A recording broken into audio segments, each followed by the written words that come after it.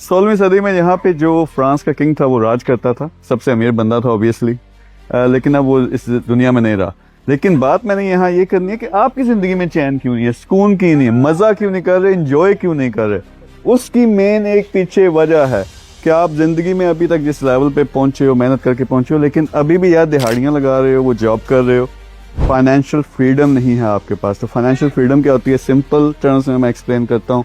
10, 15, 20 हज़ार डॉलर आपको passive income में काम किए बगैर आ रहा हो और आपके पास कम से कम $1 मिलियन की सेविंग हो। अगर आपके पास ये चीज़ है, फिर इस तरह मेरी तरह आप घूमेंगे, आप पेरिस जाएंगे, आप न्यूयॉर्क जाएंगे, आप लंदन जाएंगे, दुबई जाएंगे, जहाँ भी जाना चाहते हैं, घूमना फिरना है, एंजॉय करना है, फैमिली को अच्छी लाइफ देंगे, टेंशन नहीं होगी। और फिर एक टाइम आएगा जो मैं कर रहा हूँ आप वो करेंगे। वो क्या, मैं सारी दुनिया में घूमता हूँ, बिजनेसेस करता हूँ, लोगों को साथ मिलाता हूँ, ये मेरी क्रिकेट है, ये मेरा पैशन है, मुझे इस चीज़ का मज़ा आता है। मैं क्यों कर पाता हूँ कि फाइनेंशियल फ्रीडम है मेरे पास। तो आपको भी सबसे पहले वो चाहिए।